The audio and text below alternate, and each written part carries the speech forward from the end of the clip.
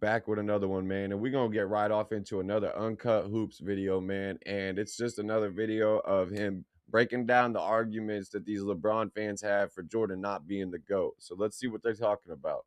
Make sure y'all drop a like, comment, subscribe. Let's do this. Michael Jordan, all 6 finals Michael Jordan played against, he went against the Lakers. That was Magic Johnson. Last year he had AIDS. The next year you go against Portland Trail Blazers, who didn't have nobody but Clyde Drexler. And who? Kevin Duckworth? Oh, he's sorry. And then who they go against the next year? The Phoenix Suns, you had Charles Barkley and who else? Kevin Johnson and Dan Marley. Man, them niggas ain't no competition. Oh, shit. Here we go again. When it comes to LeBron versus Jordan debate, there's always been one video that's bugged me for the longest time. And this video involves this guy right here. And you might say, who is that? Honestly, I couldn't tell you. Yeah, I have no idea. I've seen that video before, though. I'm not going to lie. I seen that video not too long ago, honestly. I don't know if it was in one of my reactions that I did. I think it was on Facebook I seen it, actually. But his video, LeBron vs. Jordan, debating LeBron's favor, it goes viral every single summer. And for LeBron fans, this is kind of their well, I just seen it, I'm pretty sure, and it's summertime, so. Their truth for LeBron James being the greatest player of all time.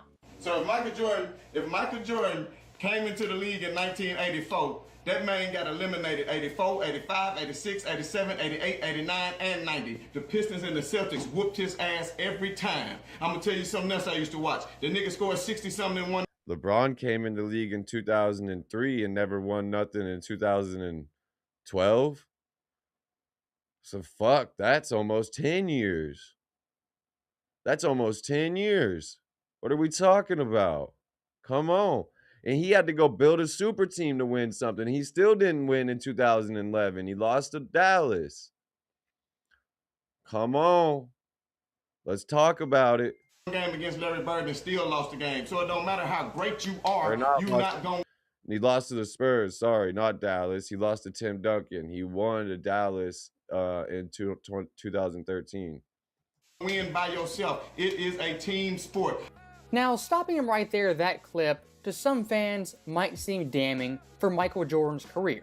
As like he said, in 85, 86, 87, 88, 89, and 90, Michael Jordan failed to win a championship, which of course is true. Facts. But what he fails to realize, that exact same logic can be turned on LeBron. It took him almost 10 years. On LeBron James. As looking at LeBron's career, his first 2 years in the NBA, he missed the playoffs entirely. And then from 06 to 2011, failed to win a championship every single season. LeBron's first title came in year 9. Michael Jordan's first title came in year 7. And like he said, basketball, yes, it is a team sport. But looking at MJ versus LeBron pre-championships. And people forget, though, MJ's first championship, Scottie Pippen was not an all-star. Scottie Pippen was a young player. They didn't have Dennis Rodman. You know what I mean? He didn't have a big team, or he didn't have a super team. LeBron didn't get his first championship in 2012 when he had a super team around him. The big three with all all-stars. Scottie Pippen was not an all-star in 1991. He was not an all-star.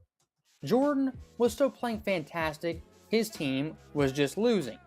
LeBron James, he was individually choking, playing awful, and more times than not the reason his team lost in numerous playoff series. And looking at someone like Nick Wright, one of the biggest LeBron fans out there, even he admits Michael Jordan never had a truly dark moment like LeBron James.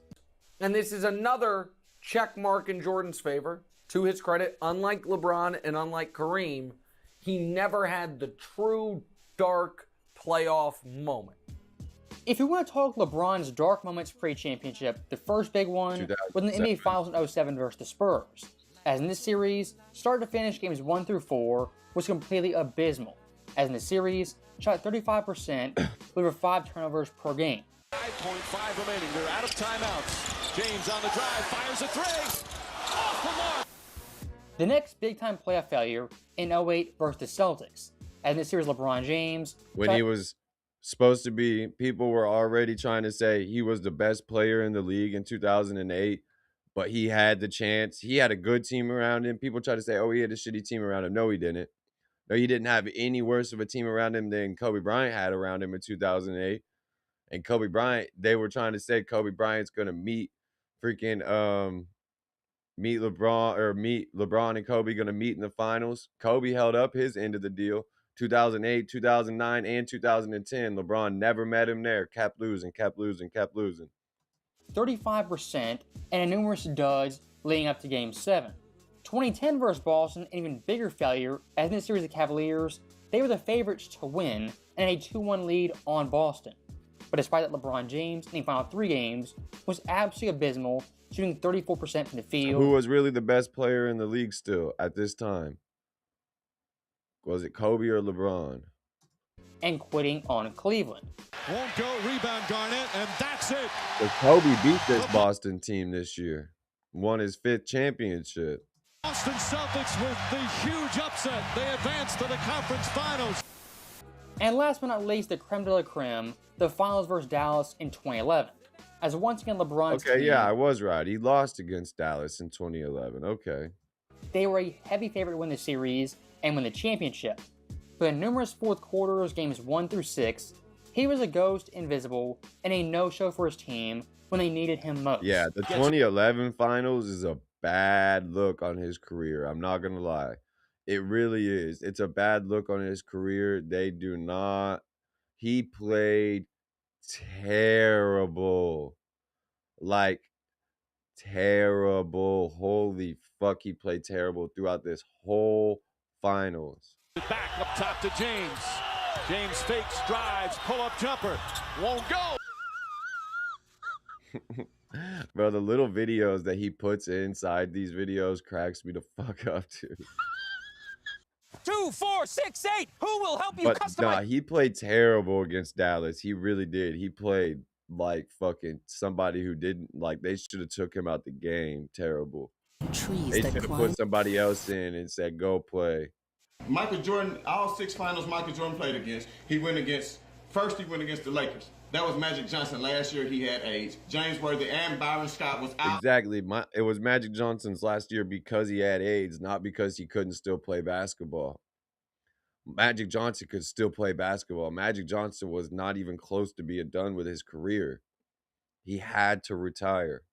So saying, oh, it was his last year because he had AIDS, exactly. You just disproved yourself. He could still play basketball like a motherfucker. Of the series because they was hurt. So it was just Michael Jordan against a sorry Lakers team. So, stopping this guy right here, a lot of distortions of the facts and flat-out lies. Facts. Worthy and Scott for the series versus the Bulls, no, they were not out the entire series. Magic Johnson, no, he didn't have AIDS. And Lakers team, they weren't sorry. The 91 Lakers, they won 58 games. 58 and out of the games. entire NBA, were one of 2 teams top of an offense and defensive rating. The other team, the 91 Blazers, who in the playoffs, the Lakers beat in the West Finals.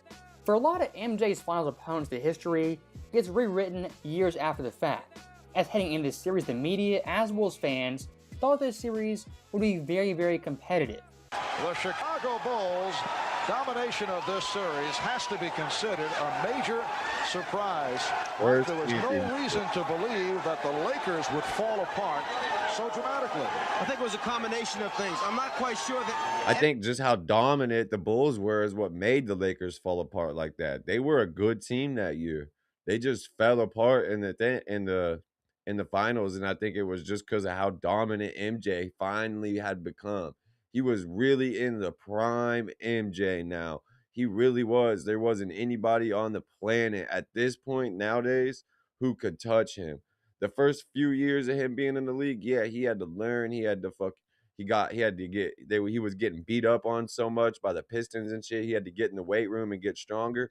By 1991, we were seeing prime MJ, like, really, and I don't think there was anything the Lakers could do, and I think they just fell apart.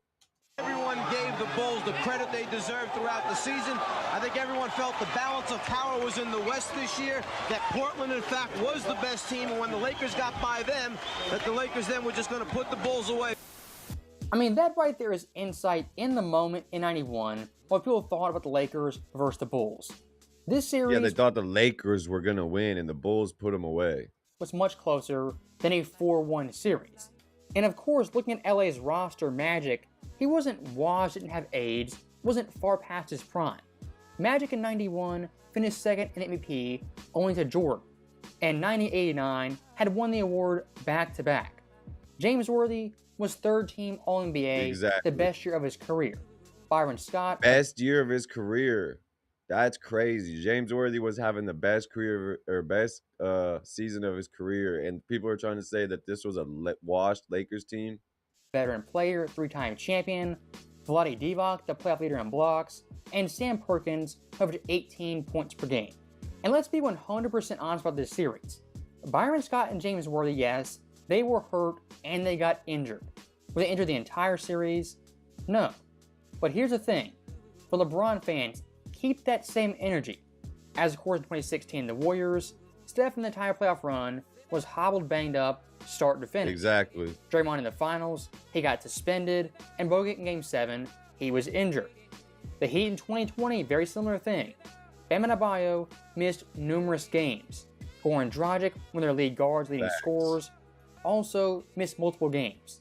The next year you go against Portland Trail Blazers, who didn't have nobody but Clyde Drexler and who? Kevin Duckworth? Nobody but Clyde Drexler. Do your research on Clyde Drexler if that's all you're saying. Come the fuck on. Oh, he's sorry. Who else did they have? Jerome Kersey? Oh, he's sorry. Now, once again, stopping this guy very quickly, the lies are just flying so fast, it's hard to keep up. The 92 Blazers, it wasn't just Clyde Drexler. This team, top to bottom, debatably, was the most talented team. People were saying that Clyde Drexler was the closest thing to MJ at this point. Clyde Drexler was not some just sorry-ass player. People were comparing him to MJ back then. In the league. The only problem is, Clyde Drexler was not Michael Jordan. And the guys he named, Jerome Kersey, Kevin Duckworth, they were solid players, they were good players. But who does he conveniently leave out?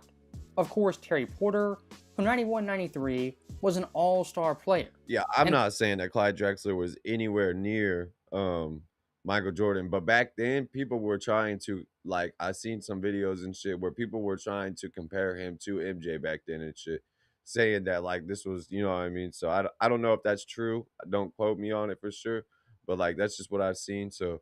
Porter 92 of the playoffs, 21.4 points a game, 7 assists, 5 boards, on absurd shooting. Terry Porter 92 is one of 2 guards ever to score 450 points in the playoffs on 64% or higher true shooting. The only other player to do it, Steph Curry in 2017. But you know, Terry Porter, this guy, just trash and not deserving of being mentioned for the 92 Blazers. Yeah, he just conveniently left him out. That's crazy. See, I don't know the Blazers enough to know that when I seen that video, I didn't know somebody who didn't know who was all on the Blazers, they wouldn't know that he just conveniently left that dude out. That was literally one of the best three-point shooters of all time up until Steph Curry broke that. Like, come on now.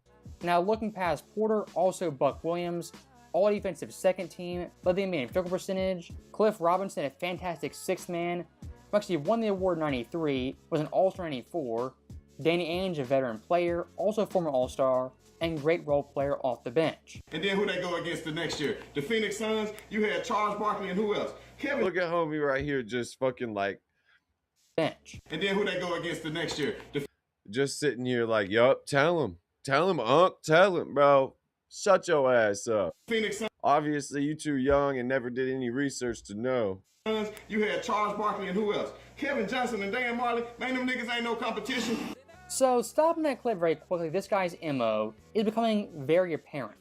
Don't address MJ as a player, address his competition, his era, being garbage and trash.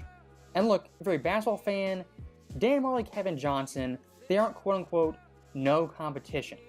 Kevin Johnson in the early 90s, 1994, was a 4-time All-NBA player, 3-time All-Star, who averaged dropping 10 assists a game on 20 points a game. Come on. 10 assists a game on 20 points. Yeah, he wasn't dropping 30 a game, but he was dropping 20 points per game with 10 assists. So that means he was contributing to another 20 to, if it's a two-pointer, if they were all two-pointers, that means he's contributing to another 20 points per game. So on average, he's contributing to 40 points per game by himself. And he's a nobody? Stop it. Stop the cap. 10 assists or more, 3 consecutive seasons. 9 in the quarter for Ellie, and in your face. Under Dan, at the same time period, a 2-time All-Star, 2-time defensive, and 1-time top 5 in the DPOY. Saying these two guys weren't great players, weren't solid players, is beyond blasphemy. And Kevin Johnson actually is a Hall of Fame point guard who isn't in the Hall of Fame. Now, one guy who is in the Hall of Fame is, of course, Charles Barkley. Rebound stolen by Thomas. To Barkley, over Mutombo. Barkley was a beast back in the day, that's for sure. Charles Barkley, he just never got, I don't think he ever got his ring, did he? But he was definitely a beast back then. And he thought he was the best player of his lifetime until he played up against Michael Jordan. So to say he was nobody is crazy. To say this team was nobody is crazy. Leo Quattro CA1. I mean, Charles 93, one of the best power forwards of all time. Facts. As in the playoffs, had 16 games with a 20-point double-double. That is the third most all-time in the postseason, behind Shaq and Moses, and tied with Tim Duncan in 2003. And then you left, if you were so good, when you left the Bulls to go play baseball, Michael Jordan, you left the Bulls. After you left the Bulls, they had won 58 games. The next year, they still won 56 games with Scottie Pippen. So that let you know Scottie Pippen was still hooping, because even after you left, they still went to the end of the playoffs and almost made the finals and won 7 games with the Knicks. So what are you talking about? So stopping this guy right here, typical LeBron James argument. Jordan on the Bulls, 57 wins. Jordan off the Bulls, they won 55. Now here's the problem, this argument, it lacks tons of context and is common sense. The 93 Bulls, what were they in pursuit of? The elusive three-peat that hadn't been done since Bill Russell's days. Jordan on the drive and it's stripped away. It's tough. It's just tough to get ourselves the mental frame of starting fresh. You know, we just went through this. We got to go through it again, and I think that hindered the way we started the season. Started out with a lot of guys not healthy, and a lot of guys, speaking as myself and Michael, not really ready for the season to come so quickly. The physically and mentally fatigued Bulls suddenly found themselves stripped of their aura of invincibility, and for the first time in years, struggling for victories. So looking at team records solely, saying they won 2 less games without Jordan, 1 year to the other, one of the dumbest things you could possibly do. Yeah. As looking at three-peat... See, I forgot about this. Yeah, I completely forgot that they had a bad fucking beginning to the season in their 93 run. So, yeah, they would have won more games if they would have came out, you know what I mean, just... Almost every single time through history, the third championship is the hardest. Look at the Bulls, for example. 91, 61 wins.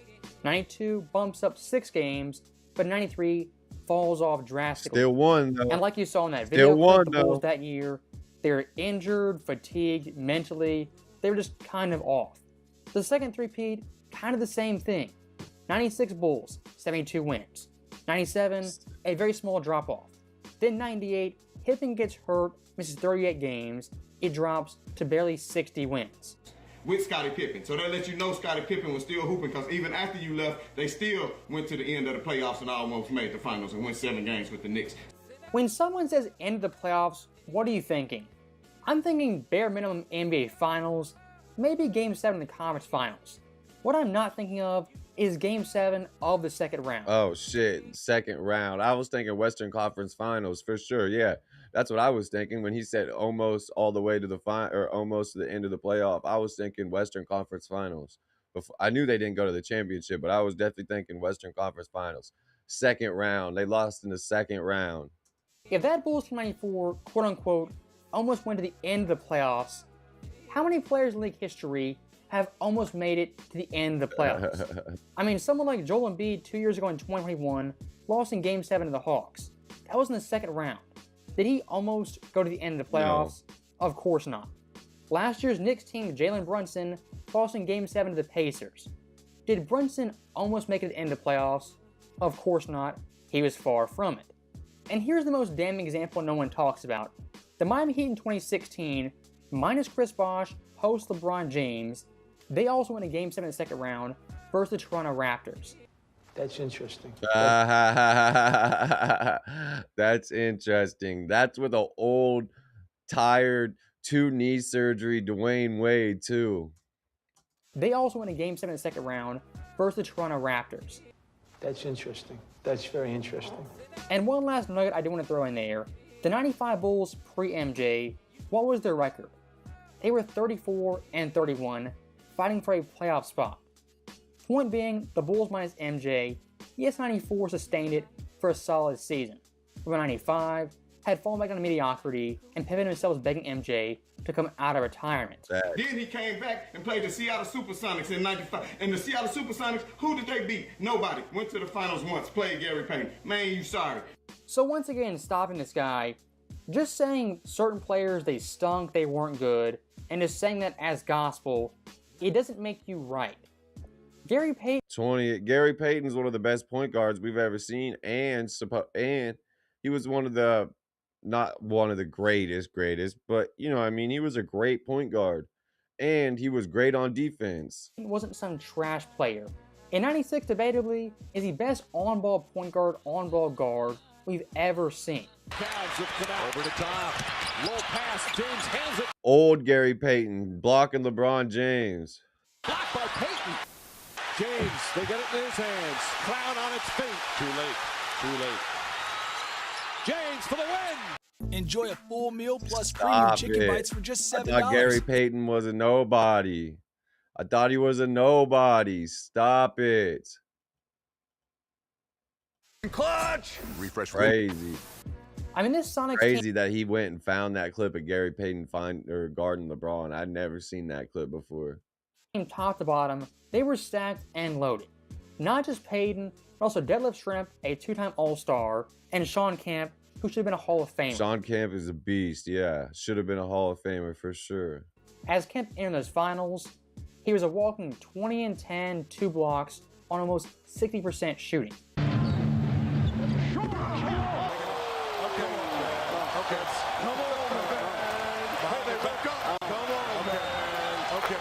Oh, God.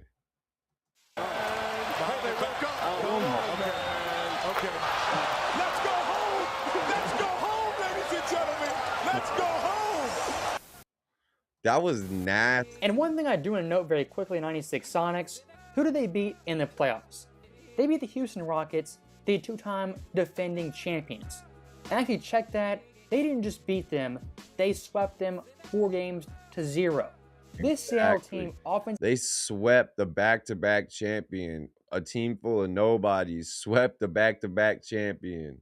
And defensively were elite. Stop. As a net rating, they ranked second only to the Bulls, one of the greatest teams of all time. They were second in points per game, 8th in points per game allowed, second in defensive rating, and 8th in offensive rating. And then who you play after that? A 34 and 35-year-old John Stockton and Karl Malone? That's who you went up against? An old-ass Utah team? So what? You won 6 times? So what? LeBron done went 8 times already. You only done went 6 times. This guy's hypocrisy right here is off the charts. For Michael Jordan winning championships, that is a team accomplishment. LeBron making the finals, that is a LeBron accomplishment. LeBron's done went 8 times. How many times has he won, though? 8. Going to the finals 8 times is not impressive. When I bring up Kobe, I don't fucking bring up Kobe's 2 losses in the finals. Why would you bring up 2 losses? That's not impressive. So why are you bringing up him going to the finals 8 times? You're not going to win by yourself. It is a team sport. A few moments later. LeBron done went 8 times already. I rest my case. Now, looking at his second point regarding the Utah Jazz. LeBron fans are some of the most hypocritical fans in the fucking world. Especially with the Jordan didn't win shit in the 80s. Well, LeBron didn't win shit until 2012. He came in the league in 2003. It took LeBron a decade to win almost. A fucking decade. Calling this team old and washed up, downplaying how great they were. I mean, go ahead and do that.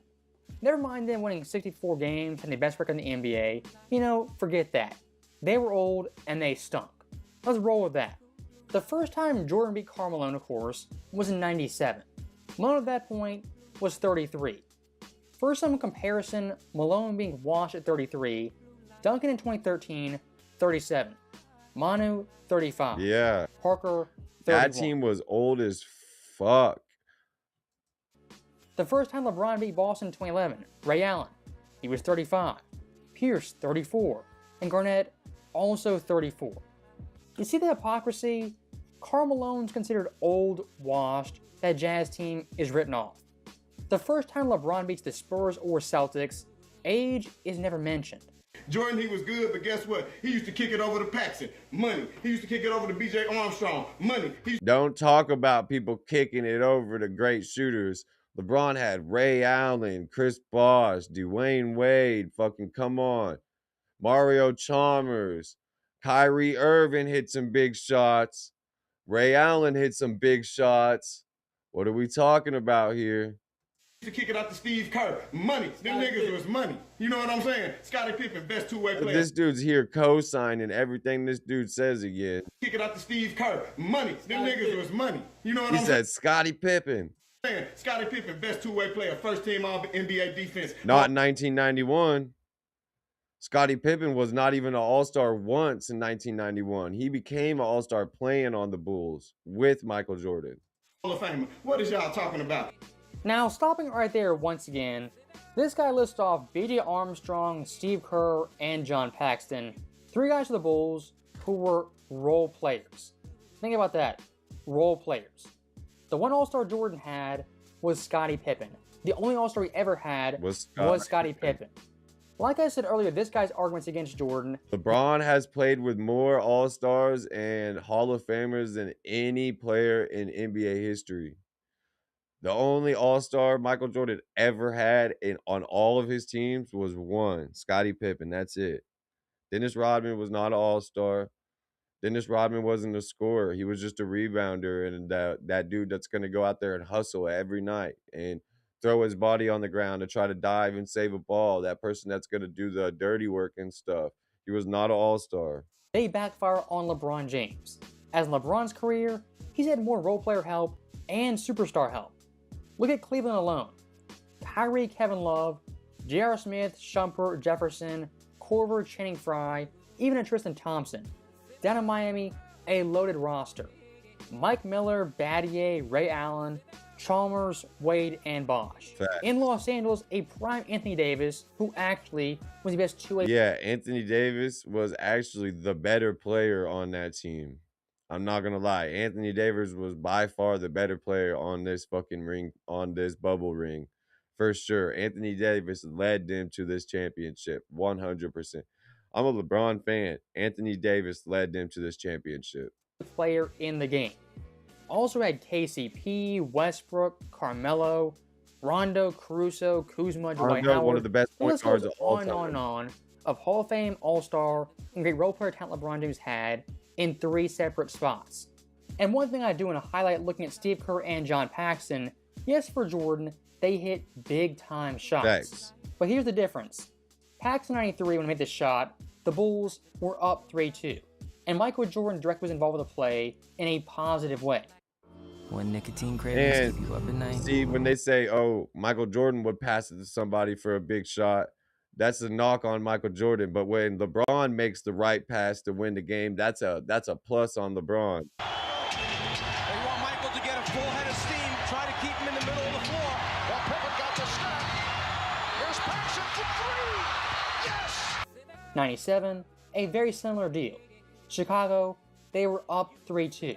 And Michael Jordan directly had a positive impact on Steve. Ray Allen and Kyrie both made game like saving shots, buzzer beaters to save the games.